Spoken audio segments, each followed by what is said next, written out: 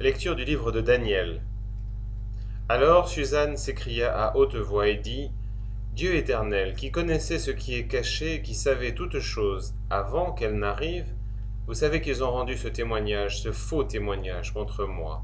Et voici que je meurs, sans avoir rien fait de ce qu'ils ont méchamment inventé contre moi. Le Seigneur entendit sa voix. Comme on la conduisait à la mort, Dieu éveilla l'Esprit Saint d'un jeune enfant nommé Daniel.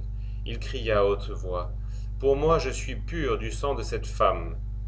Tout le monde se tourna vers lui et lui dit, Que signifie cette parole que tu as dit là?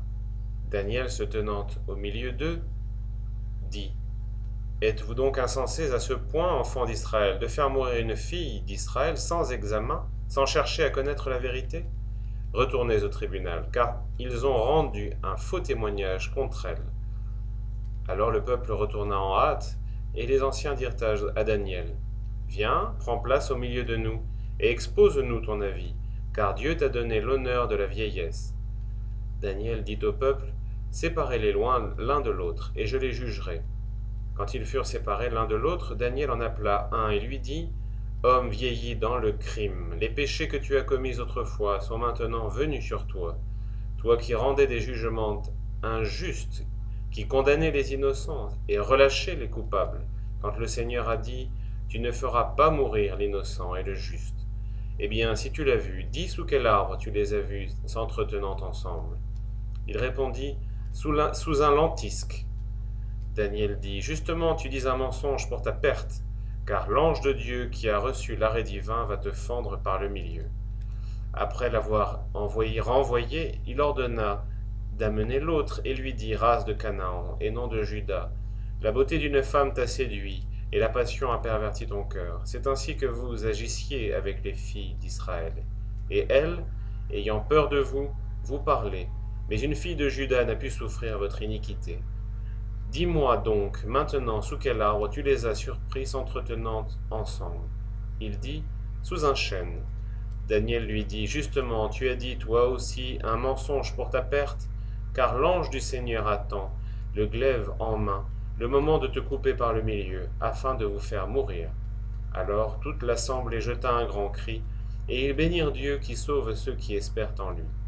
Puis ils s'élevèrent contre les deux vieillards que Daniel avait convaincus par leur propre bouche d'avoir rendu un faux témoignage, et ils leur firent le mal qu'eux-mêmes avaient voulu faire à leur prochain, afin d'accomplir la loi de Moïse, et ils les firent donc mourir, et le sang innocent fut sauvé en ce jour-là.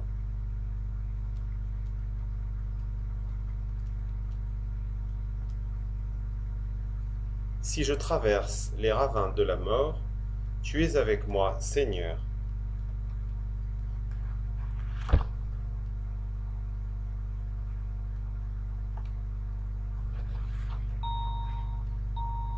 Du fond de l'abîme, je crie vers toi, Seigneur. Seigneur, écoute mon appel. Tends l'oreille, Seigneur, tends l'oreille, Seigneur, tends l'oreille, Seigneur. Sois attentif au cri de ma prière. Si je traverse les ravins de la mort, tu es avec moi, Seigneur. Si tu regardes les fautes, Seigneur, qui pourra se tenir devant toi? Mais c'est toi qui pardonnes, mon Dieu. Tu veux qu'on t'adore avec crainte. Si je traverse les ravins de la mort, tu es avec moi, Seigneur. J'espère, Seigneur, j'espère en toi. Je suis sûr de ta parole.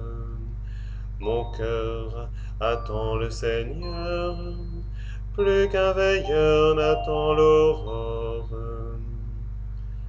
Si je traverse les ravins de la mort, tu es avec moi, Seigneur.